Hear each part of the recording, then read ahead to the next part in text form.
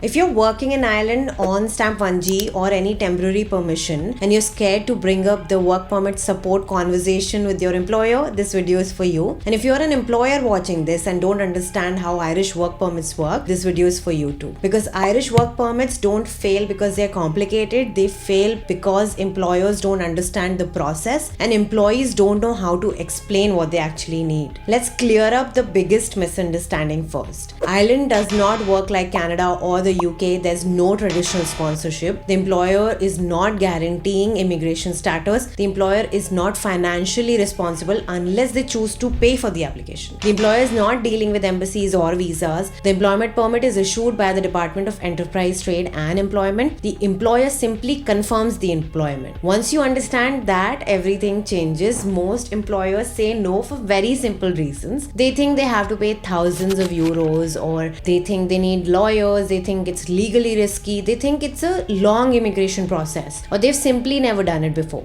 So when an employee walks into HR and says my visa is expiring or I need sponsorship, HR immediately panics. That wording creates fear. Instead, this is how you approach the conversation. You say, hi, I'd like to apply for an Irish employment permit so I can continue working long term. The process is online through EPOS. The company only needs to create an account and verify itself. I'll prepare the application and I'll pay the department fees. I just need approval to proceed and the signed employment contract. Then you stop talking. That single sentence removes financial fear, removes the admin fear and shows ownership. If HR asks questions, you explain calmly that the permit is issued by the department, not by the company, that you will handle documents and submission, that they only need to confirm company details and job information, and the processing usually takes 2 to 12 weeks. Most employers change their response once they realize they're not sponsoring immigration. Now for employers watching this, let me explain what your involvement actually looks like. You create an EPOS account, you verify your company using your CRO and revenue details, you confirm the job title, responsibilities and employees' qualifications, the employment salary, hours per week and contract. That's it. You do not fill immigration forms, you do not deal with embassies, you do not guarantee residency. Your role is administrative. Employees, this part is on you. You must check which permit applies to you. You must prepare documents. You must create your EPOS account. You must fill your section of the form. You must pay the department's processing fee unless the employer wants to. You must track the application. You must explain exemptions to HR, and most importantly, you must start early. HR will not manage this for you. Irish permits can be employee driven as well. Let's talk briefly about permit type. Critical skills for specific roles or higher salaries and usually requires education alignment. There is no labor market needs test and stamp 4 eligibility comes faster. General employment permit covers most other roles and may require a labor market test unless you qualify for exemption, and the path to stamp 4 is longer. Choosing the wrong permit can add years to your journey. Graduates, this is especially important for you. If you're on Stamp 1G, your job does not automatically convert into a work permit. You must apply. Ireland now has graduate routes with lower salary thresholds where the role aligns with your Irish qualification. Many employers don't know this. Graduates must explain this clearly. Now let's talk timing, because this is where people lose jobs. You should start the permit process at least 3 to 4 months before your current permission expires. Submitting a permit does not protect your right to work. Your right to work comes from your current IRP until approval is issued and your IRP is updated. This catches people out all the time. Employees wait too long and employers are informed too late. Documents get rushed, mistakes happen, and suddenly HR says they can't keep you on the payroll. Not because they don't want to, but because legally they can't. Irish work permits are technical, not emotional. When employers understand they're confirming employment and employees understand they must drive the process, everything becomes easier. If your situation feels unique or confusing, feel free to reach out. I'll help you navigate the same. Save this video, subscribe for more informative videos like these.